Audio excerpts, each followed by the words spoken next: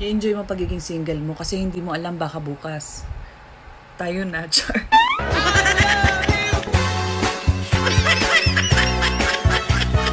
Ano bang meron?